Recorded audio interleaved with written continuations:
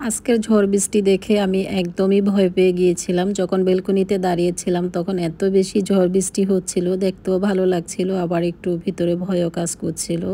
আলহামদুলিল্লাহ আমাদের বেলকনিতে প্রচুর টমেটো হয়েছে, টুকিটাকি যাই শাকসবজি হয়েছে আমাদের চাহিদা মেটানো যাচ্ছে। তো আজকে কিন্তু বেলকনি বাগান থেকে কি কি সবজি তুলছি সবকিছু মিলিয়ে আজকে একটি ভিডিও আপনাদের সাথে শেয়ার করব। আর হ্যাঁ, বরাবরের মতো সবাই কিন্তু আমার সবজির বাগান অনেক বেশি পছন্দ করেন। তো ছোট একটি জায়গার মধ্যে বেলকনিতে কিভাবে সবজি বাগান করেছি সেটা তো অল্প অল্প করে আপনাদের সাথে অবশ্যই শেয়ার করেছি। তো মীরা আজকে টিউশনিতে গিয়েছিল, আর সালমানের ফ্রেন্ড সবসময় ওকে যখন সামনে পায় কত কিছুই না কিনে দিয়ে দেয়। মীরা যে খাবারগুলো খেতে লাইক করে সেই খাবারগুলো কিন্তু ওকে কিনে দিয়ে দেয়। আসলে মীরাকে অনেক বেশি ভালোবাসে ও ও কিন্তু সবসময় মীরাকে অনেক কিছুই কেনাকাটা করে দেয়। মেহেদি পরিয়ে দিয়েছিল ঈদের সময়, খুবই সুন্দরভাবে কিন্তু সে মেহেদি পরাতে পারে। তো মীরা বাসায় এনে কিন্তু এগুলো খুলছিল, তো আমি ভাবলাম একটু শেয়ার করি সবার সাথে। আর এই যে মীরা কিন্তু এই নুডলসগুলো খেতে অনেক বেশি পছন্দ করে, কোরিয়ান নুডলস বলতে সব নুডলসই কিন্তু ও খেতে অনেক পছন্দ করে। আর তার রুমে কিন্তু সেগুলো নিয়ে এসে যাচ্ছে, আমি একটু ভিডিও করছিলাম। কিছুক্ষণের মধ্যেই তো এত ঝড় বৃষ্টি শুরু হয়ে গিয়েছে, মানে আমি বেলকনিতে এসে দেখি আমার কাপড় চোপড় সব কিছু ভিজে একদম নষ্ট হয়ে গিয়েছে। অনেক কাপড় চোপড় নিচে পড়েও গিয়েছিল, সেগুলো নিয়ে গিয়েছি। আর আজকের ঝড় বৃষ্টি দেখে তো প্রথমে আমি একটু ভয় পেয়ে গিয়েছিলাম, পরবর্তীতে আমার কাছে খুবই ভালো লাগছিল। অনেক বছর পর মনে হলো যে কাছ থেকে দাঁড়িয়ে ঝড় বৃষ্টি দেখছি। আসলে গ্রাম অঞ্চলে কিন্তু ঝড় বৃষ্টি বাতাস যখন হয়, গাছপালা বেশি থাকে, তখন কিন্তু একটু বেশি অনুভব করা যায়। আর সিটিতে তো অত বেশি অনুভব করা যায় না, শুধু বৃষ্টিটাই দেখা যায়। হয়তো আমাদের বাসার আশেপাশে একটু গাছ আছে, সেজন্য আমরাও একটু অনুভব করতে পেরেছি ঝড় বৃষ্টি হচ্ছে। ঝড় বৃষ্টি হওয়াটাও কিন্তু আল্লাহ তাআলার একটি রহমত। আর এখন তো প্রচণ্ড গরম পড়ছে, আমার কাছে মনে হলো প্রতিদিন ঝড় বৃষ্টি হলে আরও বেশি ভালো হতো। তো ঝড় বৃষ্টির দিনে বাচ্চাদের জন্য কিছু ফ্রেঞ্চ ফ্রাই তৈরি করে নিলাম এখানে কর্নফ্লাওয়ার দিয়ে। আর এই ফ্রেঞ্চ ফ্রাইটা দেখতে যেমনই হোক খেতে এত বেশি ভালো লাগে, একদম মুচমুচে হয়, আমার বাচ্চারাও খেতে অনেক বেশি পছন্দ করে। বিকেলবেলা আপনাদের ভাইয়া বাহিরে গিয়েছিল, কিছু পেঁয়াজু নিয়ে এসেছে, সাথে আরও কিছু খাবার নিয়ে এসেছিল, সেগুলো বাচ্চারা খেয়ে ফেলেছে। এখানে 2-3 পিস রয়ে গিয়েছে, আমি সালমানের জন্য রেখে দিয়েছিলাম। তো সালমানের রুমে এখন চলে এসেছি, সালমান বসে পড়ছিল, তো আমি বললাম যে তুমি একটু খেয়ে নাও। তো বললো আমার অনেক পড়া আছে, আমি খাবো না, নিয়ে যাও। ও কয়েকটা খেয়ে তারপর দিয়ে দিয়েছে। তো আমরা লিভিং রুমে চলে এসেছি, সবাই মিলে এখন মজা করে খাবে। সালমান এখন থেকে তেলের খাবার, মিষ্টি খাবার এগুলো খেতে একদমই পছন্দ করে না। সে ডায়েট চকলেট, ডায়েট কোক এগুলো কিন্তু খেতে অনেক বেশি পছন্দ করে। তারপরও মাঝে মধ্যে আমি যখন একটু ফ্রাই করি ওর সামনে নিয়ে দিয়ে থাকি আর কি। তো 1 পিস 2 পিস সে ট্রাই করে, এখন থেকে সে ডায়েট করা শুরু করে দিয়েছে, ফ্রাই ফুড একদমই খেতে চায় না। তো যাই হোক, আমি কিচেনে চলে এসেছি, এখন আমি মাছগুলো ভেজে নেব। আর এখানে চিকেন ভুনা করেছি, আর আজকে আমাদের বেলকুনি বাগানের সবজি দিয়ে আমি মাছ রান্না করব। তো সেই রেসিপিটা আজকে আপনাদের সাথে শেয়ার করব। তো এই যে একটা বাস্কেট নিয়ে নিলাম, এখন চলে যাচ্ছি বেলকুনিতে। চলুন আপনাদেরও সাথে নিয়ে যাই, আমার বেলকুনিতে কি কি সবজি হয়েছে সেগুলো আপনাদের সাথে একটু শেয়ার করি।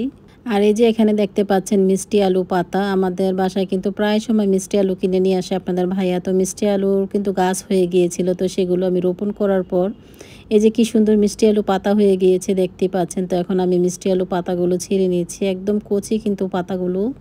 এক সময় তো আমাদের ছাদে প্রচুর মিষ্টি আলু পাতা হয়েছে, সেগুলো আমরা খেয়েও শেষ করতে পারিনি। আর এখানে যে মিষ্টি আলু পাতাগুলো রোপণ করেছি এগুলো অল্প অল্প করে ছিঁড়ে নিয়ে খেয়ে ফেলবো, তেমন বেশি বড় করব না। মিষ্টি আলু পাতা বেশি বড় হলে এগুলো শক্ত হয়ে যায় আর খেতেও ভালো লাগে না। নিজের হাতে গাছ রোপণ করে 2-1টা পাতা খেতে পারলে অনেক বেশি শান্তি লাগে। আমি এই যে নিজের হাতে গাছ লাগিয়ে কিন্তু অনেক শাকসবজি খেয়েছি লাইফে। একসময় তো আমরা ছাদে অনেক শাকসবজি করেছি, এখন যেহেতু আপনাদের ভাইয়া সময় দিতে পারে না সেজন্য আমাদের শাকসবজি তেমন বেশি করা হয় না। বেলকনিতে যতটুকু সম্ভব ততটুকু করার চেষ্টা করি। আর এই যে এখন চলে এসেছি টমেটো ছেঁড়ার জন্য, আমাদের বেলকনিতে মাশাআল্লাহ অনেক টমেটো হয়েছে, এটা ছিল চেরি টমেটো। আর এই চেরি টমেটোটা এত বেশি টক যে এটা দিয়ে যা রান্না করি তাই খেতে ভালো লাগে। তো ভাবলাম আজকে কিছু চেরি টমেটো এখান থেকে ছিঁড়ে নেব। আর গাছটাও কিন্তু অলরেডি শুকিয়ে আসতেছে, যেহেতু এখন একেবারেই লাস্ট পর্যায়ে কিন্তু চলে এসেছে টমেটো গাছগুলা। আর টমেটো গাছ কিন্তু যখন লাস্ট পর্যায়ে চলে আসে তখন কিন্তু একদম শুকিয়ে যায়, গাছগুলো মরে যায়। আর আমরা কিন্তু টমেটো অনেক আগেই খেয়ে ফেলেছি, পাকা পাকা টমেটো। তখন কিন্তু টমেটো সিজন ছিল না, এখনই কিন্তু টমেটো পাকার সিজন। তো যেগুলো আমরা বাজার থেকে কিনে খাই সেগুলোর মধ্যে অবশ্যই মেডিসিন থাকে, তারা কাঁচা টমেটো পেড়ে নিয়ে তারপর মেডিসিন দিয়ে পাকিয়ে বিক্রি করে থাকে। এখনকার সময়টাতে কিন্তু টমেটো পাকতেছে। আমি সব সময় যখন টমেটো গাছ রোপণ করেছি ছাদে এই সময়টাতে কিন্তু টমেটোগুলো খুব ভালোভাবে পাকে।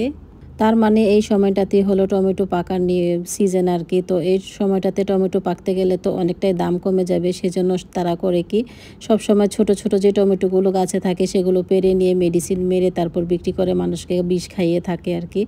আমি সবসময় যেহেতু টমেটো বাগানের টমেটো করে থাকি সেজন্য আমার একটা আইডিয়া এসেছে যে সবসময় আমরা বাজার থেকে যে টমেটোগুলো খাই সেগুলো আমাদের জন্য অনেকটাই ক্ষতিকর। তো ছোট একটি জায়গার মধ্যে হলো যদি চেষ্টা করি তাহলে আমাদের নিজের ফ্যামিলি চাহিদাটা মেটানো যায় আর কি।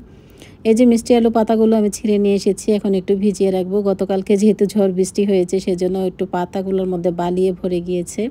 আর অনেকগুলো টমেটো কিন্তু এখানে প্রায় হাফ কেজির চেয়ে একটু কম হবে টমেটো। তারপরও মাশাল্লাহ অনেক টমেটো খেয়েছি এবছর আমরা বেলকনি থেকে।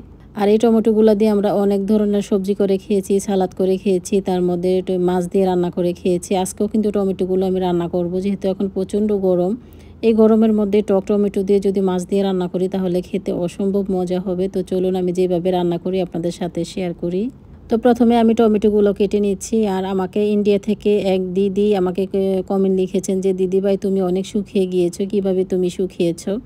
তো আমার শুকানোর পিছনের গল্পটা আমি ভাবলাম যে একদিন আপনাদের সাথে শেয়ার করব। তো দিদি আমাকে অনেকবারই কমেন্ট লিখেছে সেটা শেয়ার করার জন্য। আমি সকালবেলা ঘুম থেকে উঠে ১ গ্লাস পানির মধ্যে চিয়া সিড ভিজিয়ে রাখি। প্রতিদিন ১ গ্লাস করে চিয়া সিড খেয়ে থাকি। সেটা আমি খালি পেটে খেয়ে থাকি। সেটা খাওয়ার ৩০ মিনিট পর আমি নাস্তা করি। আমি সব ধরনের খাবারই খাই, তবে অল্প পরিমাণে খাবারটা খেয়ে থাকি। আর বাসার মধ্যে কিন্তু আমি হাঁটার চেষ্টা করি। বাসার মধ্যে ৩০ মিনিট ৪০ মিনিটের মতো আমি হাঁটি। আমি বাহিরে যেয়ে হাঁটি না, আমার অত বেশি সময় নেই হাতে, সেজন্য বাসায় আমি হাঁটাহাঁটি করার চেষ্টা করি। যেহেতু আমার বাসায় অনেক লম্বা একটা জায়গা আছে, অনেকে হয়তো দেখেছেন, আমার যারা পুরনো ভিউয়ার্স আছেন তারা তো অবশ্যই জানেন আমার বাসায় লম্বা একটা জায়গা আছে, সেটার মধ্যে আমি হাঁটতে পারি। তো বাসায় আমি ৪০ মিনিটের মতো হাঁটি প্রতিদিন। আর আমি সব ধরনের খাবারই খেয়ে থাকি, তেল খাবারটা একটু কম খেয়ে থাকি, তবে আমি সব ধরনের খাবার খেতেই পছন্দ করি। পরিমাণে অনেকটাই কম খাই। ভাত, রুটি এগুলো একটু কম খেতে হবে। তো পানির পরিমাণটা একটু বেশি খেতে হবে। এতটুকুই আমি এভাবেই ডায়েট করেছিলাম ১ মাসের মতো। ফুল ১ মাসে কিন্তু আমার ১০ কেজির মতো ওজন কমে গিয়েছিল। গতকালকে আবার আমি হসপিটালে যেয়ে মেপে দেখি যে আলহামদুলিল্লাহ আমি ১০ কেজি কমেছি, ১০ কেজি আছি। এখনও কিন্তু আমার বাড়িও না কমেও না, ওরকম অবস্থায় আছি। তো আপনারাও ট্রাই করতে পারেন। চিয়া সিড সকালবেলা ঘুম থেকে উঠে ভিজিয়ে রাখবেন। ১০ থেকে ১৫ মিনিট পর কিন্তু চিয়া সিডটা খালি পেটে খেয়ে নেবেন। তবে ৪০ মিনিট অবশ্যই হাঁটতে হবে। বাসায় হোক বা বাহিরে হোক ৪০ মিনিট হাঁটার পর প্রচুর পরিমাণে পানি খেতে হবে। আর তৈলাক্ত খাবার অ্যাভয়েড করতে হবে, চিনি খাবার। তার মধ্যে তো যেসব খাবারই খাওয়া যাবে অল্প, অল্প পরিমাণে কিন্তু খাবারটা খেতে হবে। আমি এভাবে খেয়েছিলাম, বাট একেকজনের শরীরের ধরন একেক রকম। হয়তো কমতেও পারে, নাও কমতে পারে, সেটা আমি সঠিক জানি না। তবে আমারটা এভাবেই ওয়েট কমেছিল। তো যাই হোক, টমেটোগুলো কাটার পরে যে আমি এখন রান্না করে নিচ্ছি, আমি পেঁয়াজটাকে ব্রাউন করে ভেজে নিয়েছি। তার মধ্যে আদা বাটা, রসুন বাটা, জিরা, ধনিয়া, তার মধ্যে হলুদ, লবণ, মরিচ সব ধরনের মশলা দিয়ে কিন্তু ভালোভাবে টমেটোটাকে কষিয়ে নেব। আর এই টমেটোটাকে একদম গলিয়ে ফেলবো আমি, যাতে টমেটো থেকে টকটা একদম বেরিয়ে আসে। তো টমেটোটা কিন্তু গলতেও সময় লাগবে না, নিজেদের গাছের টমেটো কিন্তু অনেক তাড়াতাড়ি সিদ্ধ হয়ে যায়। ঢাকনি দিয়ে ঢেকে রেখেছিলাম ২ থেকে ৩ মিনিটের জন্য। আর ২-৩ মিনিটেই দেখুন টমেটোগুলো একদমই সিদ্ধ হয়ে গিয়েছে, মানে নরম ভর্তার মতো হয়ে গিয়েছে। এভাবে মাছ দিয়ে রান্না করলে বা ভর্তা তৈরি করলে খেতে খুবই সুস্বাদু হয়। এখনকার গরমের সিজনে টক খাবারটাই খেতে অনেক বেশি ভালো লাগে। আর এখানে আমি কিছু মাছ ভেজে রেখেছিলাম, সেগুলো এখন আমি এক এক করে টমেটোর উপরে দিয়ে দিচ্ছি আর ঢাকনি দিয়ে ঢেকে রাখবো, যাতে করে টমেটোগুলো মানে টমেটোর টকটা মাছের মধ্যে খুব ভালোভাবে প্রবেশ করতে পারে। আর এই টমেটোর মধ্যে আমি কোনো পানি ইউজ করব না। আপনারা যদি ঝোল খেতে চান তাহলে পানি দিতে পারেন। আমার কাছে এভাবে শুকনা খেতে অনেক বেশি ভালো লাগে। সবার লাস্টে উপরে দিয়ে একটু জিরার পাউডার ছিটিয়ে দিলেই কিন্তু রান্নাটা হয়ে যাবে। এভাবে আমি হয়তো আরেকবার আপনাদের সাথে শেয়ার করেছিলাম। তবে প্রায় সময় আমি এভাবে চিকেন বা মাছ রান্না করে থাকি। আমার কাছে খেতে খুবই ভালো লাগে। আর অনেক টক ছিল ওই টমেটোটা, সেজন্য খেতে আরও বেশি ভালো লেগেছিল। আর আমি যেভাবে ওজন কমিয়েছি আমি তো আপনাদের সাথে শেয়ার করেছি। যদি এভাবে বুঝতে কষ্ট হয় তাহলে আমাকে বলবেন কমেন্টের মাধ্যমে যে আমি ভিডিও করে দেখাবো কিনা। তাহলে আমি ভিডিও করে দেখাবো যে সকালবেলা খালি পেটে আমি কিভাবে চিয়া সিড খেয়েছিলাম সেটা ভিজিয়ে আমি দেখাবো। জাস্ট ১ গ্লাস পানি নেবেন, ১ গ্লাস পানির মধ্যে 1 টেবিল স্পুন পরিমাণ চিয়া সিড ভিজিয়ে রেখে দেবেন। আধা ঘন্টা পর খেয়ে নেবেন। এভাবে আর কি ১ মাস পর্যন্ত খাওয়ার পর আপনি নিজে থেকেই বুঝতে পারবেন যে আপনার ওজনটা কতটুকু কমেছে।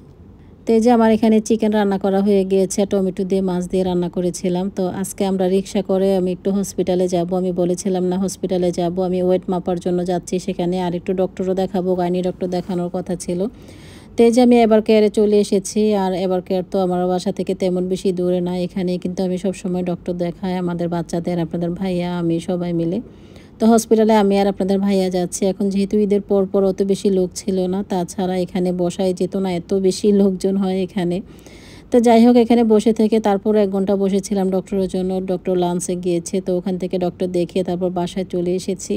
তো আজকে রান্নাবাড়া করতেও ভালো লাগছিল না, শরীরটা যেহেতু ভালো নেই। আপনাদের ভাইয়ারও শরীর ভালো নেই, জ্বর এসেছে অনেক, ঠান্ডা, জ্বর, কাশি। আমারও শরীর তেমন বেশি ভালো নেই, তো সেজন্য ভাবলাম বাচ্চাদেরকে যে বললাম, তোমরা বাহির থেকে কি খাবে, খাবার অর্ডার করে খাও। আমরা তো আর এই ধরনের খাবার খাবো না, আমি আর আপনাদের ভাইয়া অন্য খাবার খেয়ে নিব। তো বাচ্চাদের পছন্দ মতো ওরা খাবার অর্ডার করেছে মিট লিভ থেকে। সবসময় ওরা এই খাবারটাই খেতে অনেক বেশি পছন্দ করে। আপনারা হয়তো অনেকে আমাদের ভিডিওতে শুধু খাবার আর খাবার দেখতে পান, তবে আমরা কিন্তু সেই খাবার কমপ্লিট করি না, মানে সব খাবার কিন্তু আমরা খাই না। আমি আর আপনাদের ভাইয়া বাচ্চাদেরই বিশেষ করে খাওয়া হয়। তবে সেই খাবারগুলো কিন্তু প্রতিদিনের খাবার না, এক এক দিন এক এক ধরনের খাবার খেয়েছি, সেটাই কিন্তু আপনাদের সাথে ভিডিও করে তুলে ধরার চেষ্টা করি। অনেকে হয়তো ভাবতে পারেন আপনারা এত তেল ভাজা পোড়া বাইরের খাবার এগুলো খেয়ে থাকেন, এগুলো কিন্তু রেগুলার খাবার না। আজকে খেয়েছি, তারপর কালকে বিকালে খেয়েছি, বা 3 দিন পরে খেয়েছি, সেটাও কিন্তু ভিডিওর মধ্যে ক্লিপ করা আছে। তো সেটাই হয়তো আপনারা বুঝে নেন যে সারাদিন শুধু আমরা খাওয়ার উপরে থাকি। আসলে একটা মানুষ সারাদিন খাওয়ার উপরে কিছুতেই থাকতে পারে না। তো সালমান খাবারের পাশাপাশি এখানে দই ফুচকাও অর্ডার করেছে। ওর নাকি দই ফুচকা খেতে ইচ্ছে করছিল, আর দই ফুচকার উপরে ডিসকাউন্ট চলছিল, সেজন্য দই ফুচকা নিয়ে এসেছে। বাসায়ও কিছু ফুচকা ভেজে নিয়েছি আমি, যেহেতু ফুচকার কোণগুলো অনেক কম দিয়ে থাকে রেস্টুরেন্ট থেকে, সেজন্য আমি একটু বেশি পরিমাণে ভেজে নিয়েছি। তো বাসায় আমি গরম ভাত রান্না করেছি, তার সাথে ওরা চিকেন ভেজিটেবলস দিয়েছে, আর দিয়েছে এখানে চিলি চিকেন দিয়েছে, সেটা দিয়ে এখন ওরা খাবারটা খেয়ে নিয়েছে। তার ফাঁকে ফাঁকে শুধু ফুচকাটাই ট্রাই করতে ওদের কাছে ভালো লাগছে। তো আমি বলতেছি ভাত কিন্তু খাওয়া শেষ করতে হবে, ফুচকা মাঝখানে খেলে তো এইভাবেই পেট ভরে যাবে, পরে খেতেই যাবে না। তারপরও কিন্তু বাচ্চারা যে দেখতেই পাচ্ছেন ফুচকা নিয়ে কিন্তু অনেকটাই ব্যস্ত। তবে মিন্ট লিফের কিন্তু দই ফুচকাটা খেতে এত বেশি ভালো লাগে, মানে আমাদের পরিবারের এত বেশি ফ্যান হয়ে গিয়েছে ওদের রেস্টুরেন্টের খাবার খেয়ে। মানে আমরা সবাই ওই রেস্টুরেন্টের খাবার খেতে খুবই লাইক করি, আর সব সময় ফুচকাটা খাবো। ওনাদের রেস্টুরেন্টের ফুচকা আমি আজকে 15 বছর খাচ্ছি, এখনও ওনাদের ফুচকাটার সেম টেস্ট, সেম সব কিছু। কীভাবে আমি বুঝতে পারি না, কোনো দিন একদম যে সেম হয় না ওরকম না, সবসময় কিন্তু সেম থাকে। আমি যখন ওদের রেস্টুরেন্টে ফুচকাটা খাওয়া শুরু করেছি তখন মাত্র 60 টাকা প্লেট ছিল, আর এখন 150 টাকা প্লেট হয়েছে। তো যাই হোক, আমার বাচ্চারা যে খাবারটা খেতে পছন্দ করে সেই খাবারটাই ওদেরকে দেওয়ার চেষ্টা করি। আর ভালো মানের রেস্টুরেন্টের খাবার সবসময় ভালোই হয়ে থাকে। আর এই রেস্টুরেন্টটা যেহেতু আমাদের বাসার আশেপাশে, সেজন্য এখান থেকে খাবার অর্ডার করি বা যে বসে খাই, সেজন্য আরও বেশি সুবিধা হয় আমাদের জন্য। প্রথমে ভেবেছিলাম ফুচকা খাবো না, বাট ফুচকা দেখে তো লোভ সামলাতে পারছি না, ফুচকা খেতেই হবে। তো সেজন্য বসে গেলাম বাচ্চাদের সাথে ফুচকা ট্রাই করার জন্য। বলেছিলাম না দই ফুচকাটা খেতে খুবই মজা হয় ওদের রেস্টুরেন্টে, সেজন্য কিন্তু না খেয়ে পারলাম না। আমার যখন বিশেষ করে জ্বর থাকে তখন আমি ওদের রেস্টুরেন্টের দই ফুচকাটাই বিশেষ করে খেয়ে থাকি, আর অন্য কোনো খাবার তো খেতে এমনিতেও ইচ্ছে করে না, আর এই দই ফুচকাটা খেতে খুবই ভালো লাগে। আসলে ওজন কমানো অনেক কঠিন ব্যাপার, ওজন বাড়ানো কিন্তু 2-3 দিনের ব্যাপার। খাবার খেলেই কিন্তু ওজন বেড়ে যায়, আর না খেয়ে কতদিন থাকা যায়। যে কোনো পছন্দের খাবার যখন দেখি তখন তো খেতে ইচ্ছে করে। তো আমি কিন্তু অনেক কষ্টে 10 কেজি ওয়েট লস করেছি শুধু চিয়া সিড খেয়ে। তার মধ্যে আজে বাজে খাবার একদমই বন্ধ করে দিয়েছিলাম, ফ্রাই ফুড এটা সেটাগুলো খাইনি। রোজার মধ্যে কিন্তু প্রচুর খাওয়া হয়েছে।